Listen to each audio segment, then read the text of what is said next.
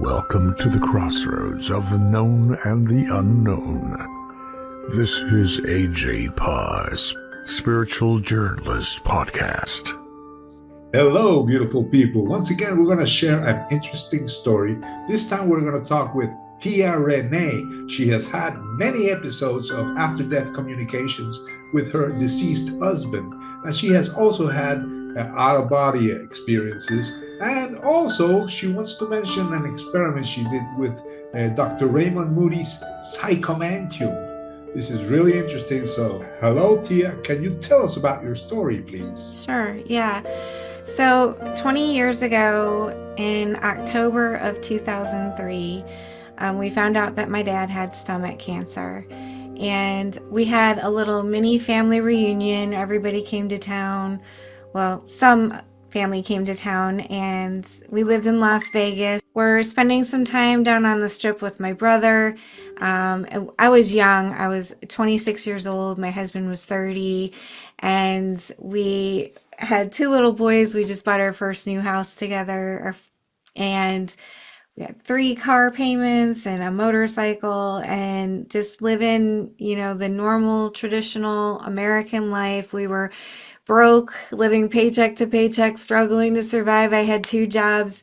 He was working hard. And so my parents wanted to give us a little treat, and they bought us a room down on the Strip to spend some quality time with my brother.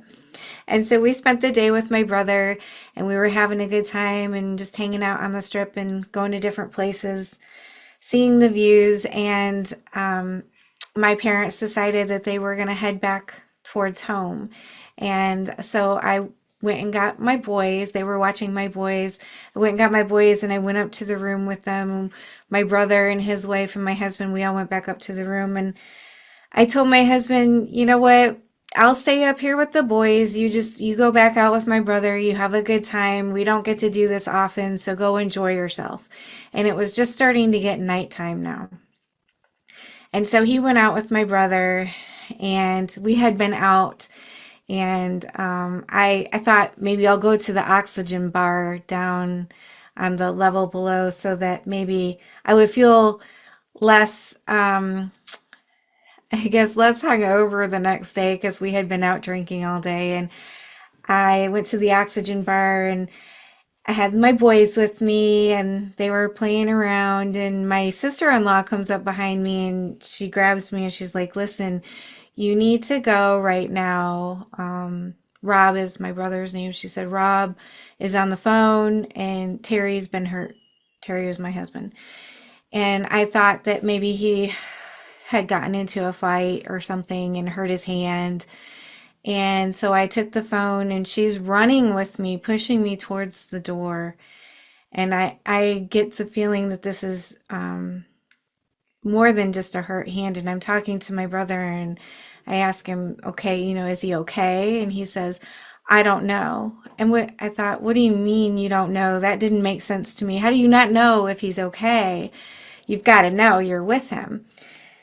And so I run across, my sister-in-law takes my boys and takes them to her room, and I run across, and I find my brother, and he is not with my husband anymore. And he comes to me, and he said, there's an ambulance, and they're going to take him to the hospital. And I said, well, what do you mean?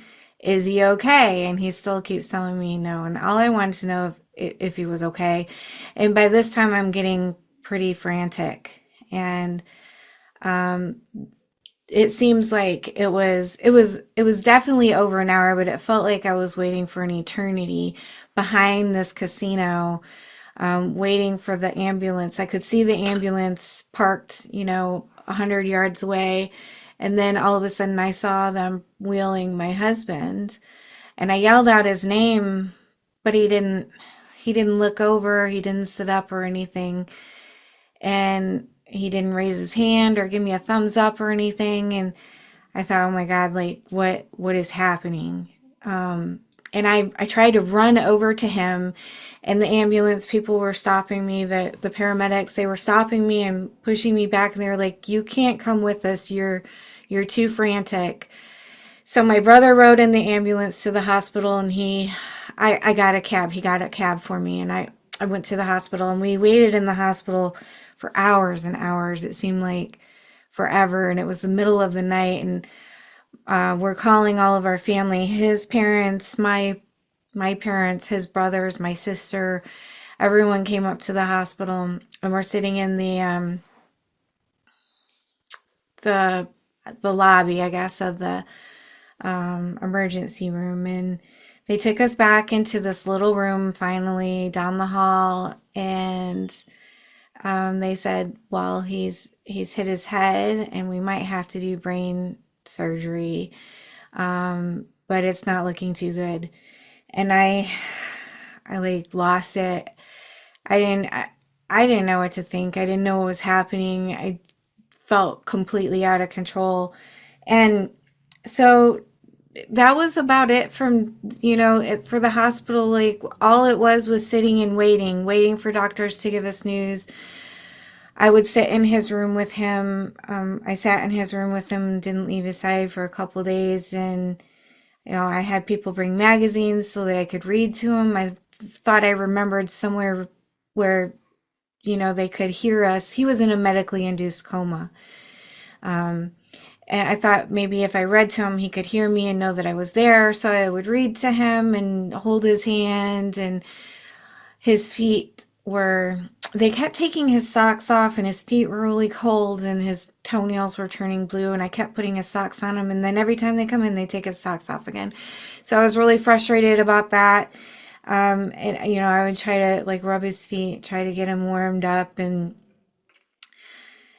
the third day, he was in the hospital for a total of 5 days. But the third day, I had to take a break, and I went, and I was sleeping in the hospital with him, and, sleeping on a chair next to him. And there was hospital staff in and out. And I was really just exhausted at this point. It was so stressful and so overwhelming, and no sleep. And I couldn't eat or anything. So I went to go stay at my brother-in-law's house, who lived right down the road from where we lived. And I stayed with him, and I slept on the second, I guess it was the second night. Then the third morning, I woke up, and I started to get dizzy. And it was weird. I had to actually hold the wall to steady myself. And this happened twice. And I thought, that's kind of weird. It's never happened to me before. And the day went on, and I felt just, fine. I felt fine, super stressed and worried and all that. But I was staying away from the hospital so that I could rest, making sure that there was someone in the room with him there at all times, just because I wanted to make sure he wasn't alone. And then later in the day, I started to feel even funnier. And it started to sound like everything was coming through a tunnel to me. Like, if you talk to someone through a PVC pipe or something like that, it started to sound like that. And also my vision started to look like it was kind of mirrored or something around the edges. There was like a little circle of clear vision, and then around the edges, it was as if everything was pushing back. I don't know how to explain it. Like on Star Trek or something like that. Have you ever seen like a Star Wars movie, or when the ship takes off and all the stars blend into a line? It was like that. Everything was just blending into lines around the edges of this clear circle, and everything sounded like it was coming through a tunnel. And I started getting really dizzy, and I could not hold myself up. I had to fall back, and I was on the couch, luckily, and I laid back, and I thought I was dying. And my consciousness flickered between my consciousness there in the room, and my husband's consciousness in the hospital bed. I felt like I was actually him, if that makes sense. I felt like I was him, and it was actually me that was laying in the hospital bed. And that I could feel everyone around. I could feel the emotions of everyone around me. I could feel them saying to themselves, poor Terry, poor Terry. But they were saying it about me. And that was the end of that. That was all I experienced as a shared death experience, but I think it was a shared death experience. And I had never heard of a shared death experience until just a couple years ago. And then it even took me longer after that to understand that that's possibly what happened between him and I. But I feel like it now I feel like it was a shared death experience because I look back and after that, he wasn't the same. He was on life support and he never came really back after that. It was like you would walk into the room and it felt like he was gone. It felt different. There was a different energy in the room after that happened. And I talked to someone who works at IANS, and he said that there has been some studies that have shown that the soul can leave the body and the body can stay alive, when it's on life support, something like that. And so I think that's what happened. I think the life support was just keeping his shell of a body alive, but it wasn't even really doing that well. His lungs had collapsed and his body and his face was filling up with air.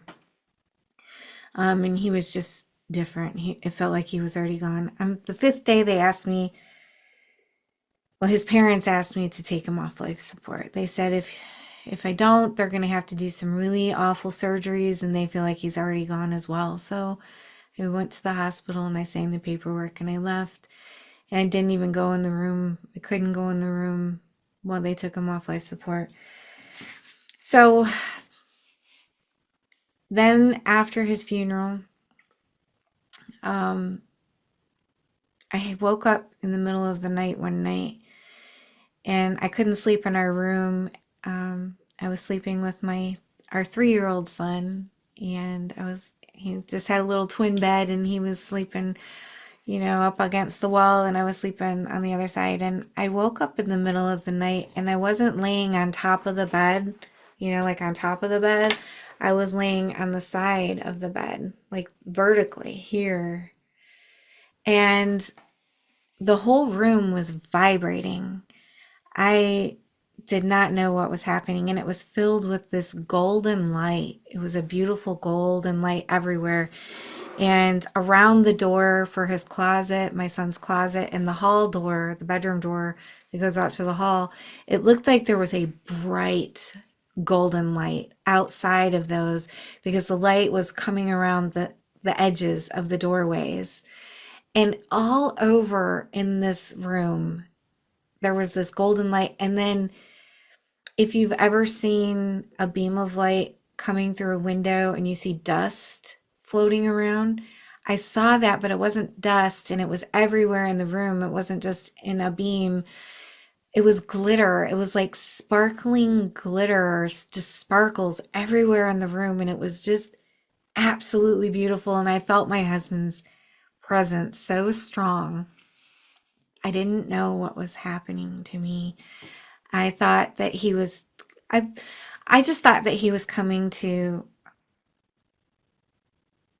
communicate with me. And I consulted with a spiritual church because I wasn't sure what was happening. So I found a spiritual church and I started going to it and I told them what happened. And they said, well, you're having out-of-body experiences. And I didn't want to believe that. I wanted to believe my husband was communicating with me, right? That I'm having out-of-body experiences. I never even heard of that before, so it didn't mean anything to me. And so I went home and the internet was pretty new to me. I had just maybe had a computer for a year or so. And so the internet was pretty new to me and I started looking at stuff and sure enough, that's what was happening. I was having an out-of-body experience. But he was also trying to communicate with me. So I feel like him and I were desperately trying to reach each other. And I was open to him coming to me and he made it happen. He was coming and helping me have these out-of-body experiences to show me that there's more to us than our body. We don't have to exist in our body.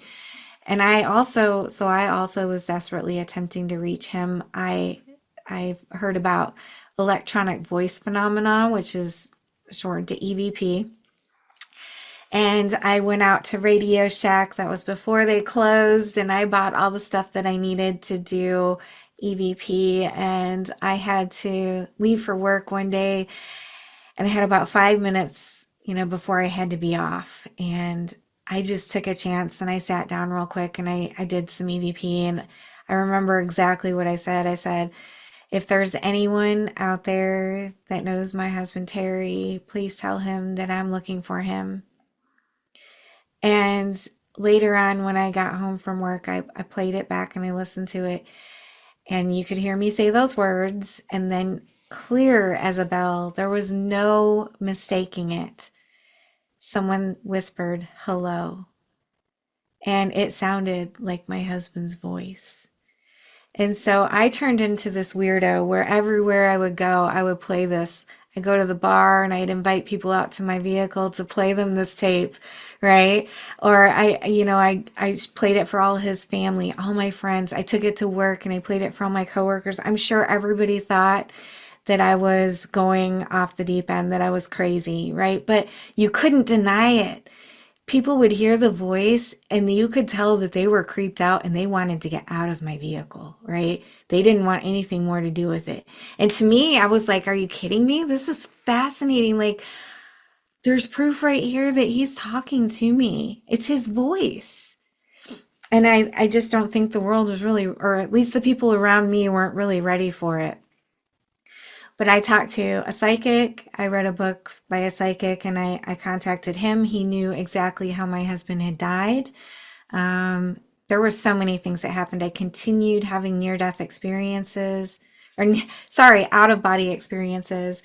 One day it was morning and I was in sleep paralysis, which I learned about after I learned about out-of-body experiences, but I was laying on my back and I heard somebody coming to my home. They were walking, or it sounded like they were coming up my sidewalk outside my house. And I thought it was my dad bringing home my boys, because my boys were staying with him overnight. And I heard people talking and I was trying to get up and I couldn't move. And I was like, oh my gosh, I've got to get up and get the door for my dad. He's here with the boys. And I'm trying and I'm trying and I'm trying. And I look down and I remember being able to see my toenails. For some reason, I remember looking at my toenails. And then I saw them starting to get closer. And I realized I was sitting up, but I was sitting up without my body. And as I was sitting up, I heard the voices yell out, she's out. And then they started running towards me. I could hear their footsteps running towards me. And they just ran right through my front door. There was no opening and shutting of a door. They just ran right through it. And as soon as they got to my bedroom door, boom, I slammed back down into my body, laid back down, and I couldn't hear the voices anymore. I wish I would have been able to stay out so badly and see who that was. But they knew that I had left my body. It's like they knew, maybe they were waiting. I don't know, but they knew. I had another one where I was laying on my stomach and I lifted up out of my body and my ear came. All of my body came out. I lifted up like I was laying like this and I lifted up like a balloon. This is my head and this is my feet. I was lifting up like a balloon and my ear got stuck to my other ear on my body. And I couldn't remove my ear from my other ear. And so I was sitting there and I was looking down at my face, the side of my face. And I just remember being able to see my face so close up. And then I looked at the wall and down near the floor, there was an outline, what it looked like an iron, like a cast iron outline of a dung beetle, like an Egyptian, um, whatever that beetle is that rolls the sun across the sky.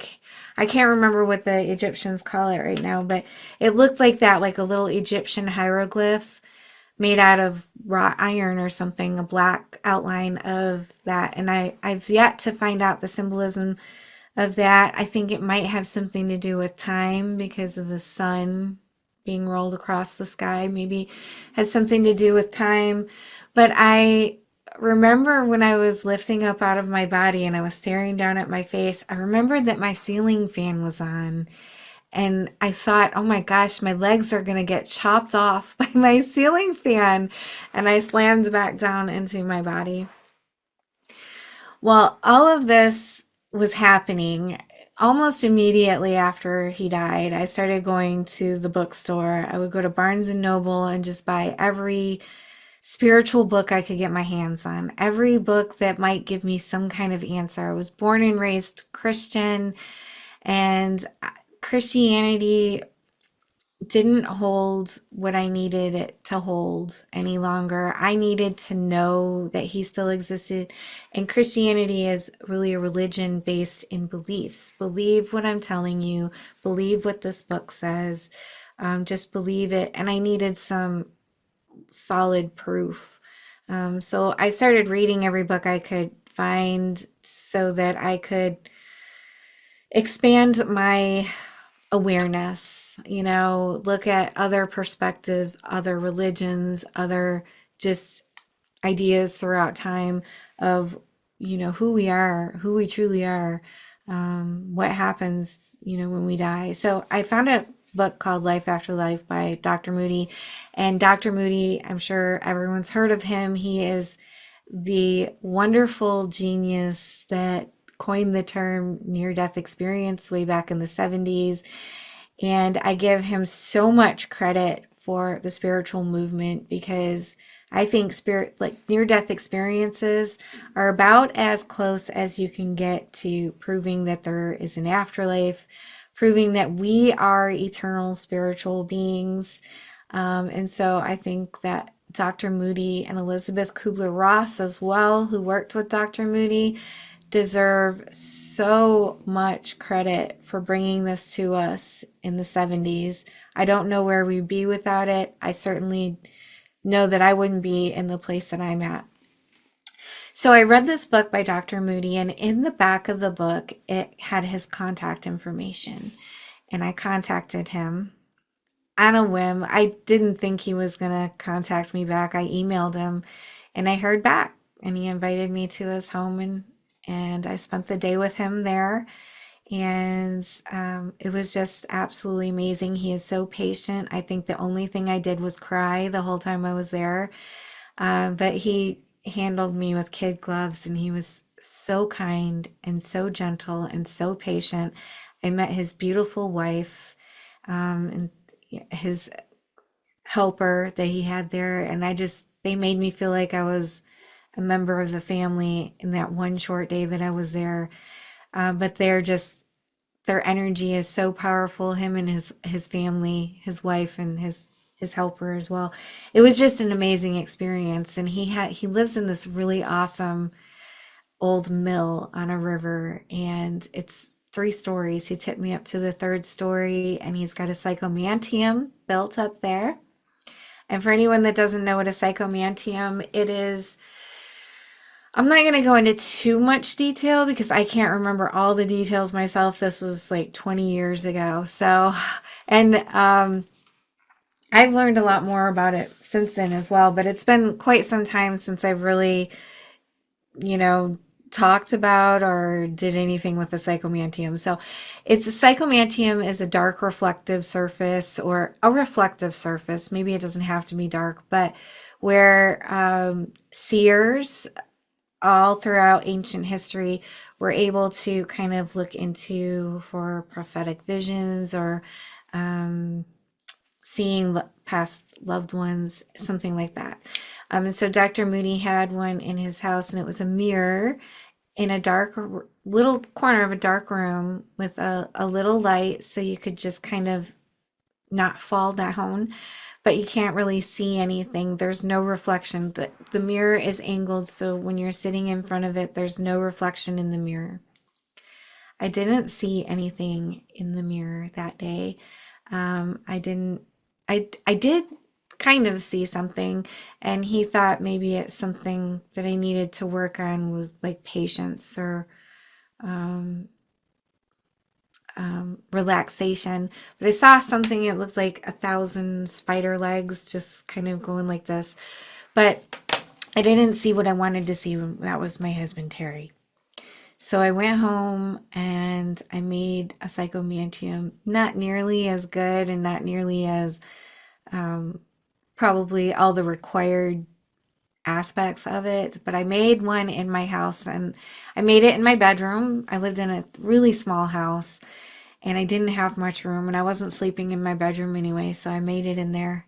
And every day I would sit, and I had really basically it was a mirror angled on my bed so that when I looked into it, I could only see a reflection of the ceiling, not myself. So it was almost like there was no reflection.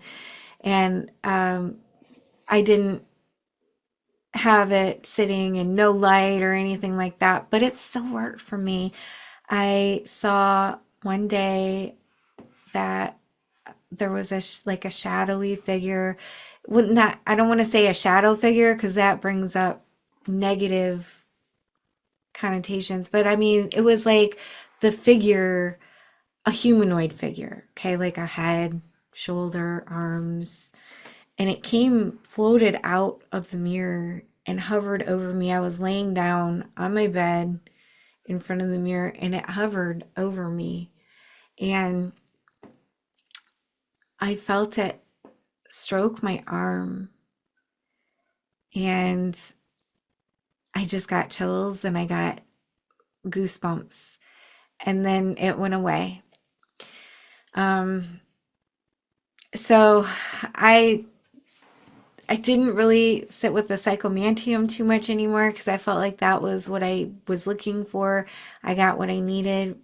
Okay. I'm familiar with the Psychomanteum because I interviewed Dr. Moody several times, and he talks about it in his latest book, Proof of Life After Life. He talks about how to build a Psychomanteum, and also he talked to me about this phenomenon that sometimes the spirits that you see in the mirror, they come out and they seem to step out of the mirror. Right now you're doing something very special with your YouTube channel. You are bringing out daily interviews with people who have had near-death experiences, shared-death experiences, and all of these types of experiences. Near-death experiences really helped to save my life. Um, Obviously, out-of-body experiences were kind of the kickstart to it all. But then I discovered Dr. Moody's book, and reading his accounts that he had gathered and studied, and those brought me peace. And there were so many of them, and then there was more books, and then there was websites, and there was more and more and more, and I was like, there's got to be something to this. And so that's really what started to bring me peace and healing, started my healing process, was the near death experience stories. And so I consider that they helped to save my life. I don't know how I could have gone on without them. My husband was my best friend. I couldn't barely breathe after he left, especially in the way that he left. It really, just to exist hurt.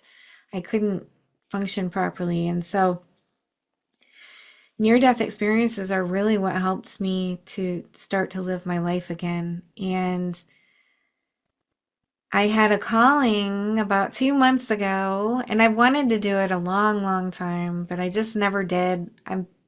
I have a business that I own and I run. I have people that work for me, and I'm busy. I'm a busy person.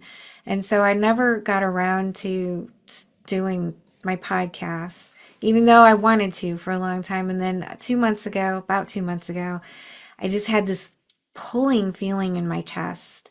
It was like someone had stuck their hand into my chest and were pulling my heart out. It didn't hurt. It was just pressure, a lot of pressure, like against my chest bone here, whatever that's called. And I couldn't focus on anything. I couldn't eat. It was really very intense. And it was a calling. And I've heard of callings before, and you think, oh, I've had a calling. I kind of like what I do, so that must be my calling, right? But this was different. It was my calling, and I couldn't refuse it. I couldn't do anything until I started making steps towards starting my podcast. And it's just blossomed, and I have been incredibly blessed to meet amazing people. You're one of them, AJ. I have you on my podcast as well, which is going to be posting shortly. And just the most incredible people that have continued. I thought I didn't know my life could be changed so much by sitting on the other side of a computer screen and talking to people. But it's been just, I can't even tell you, mind-blowing experience. And it's just my way of giving back to the community, the near-death experience community that helped save my life, and my appreciation of people that have shared their stories that help people like me or other people. Like I had out-of-body experiences. I didn't know what was happening. I never even heard of an out-of-body experience. I never heard of a near-death experience. I was 26 years old. I never had a deep spiritual thought in my life. And there I am, immersed in all this strangeness, and I didn't know where to go. So just like stories that are shared, they help people overcome grief or heal, at least start to heal from grief.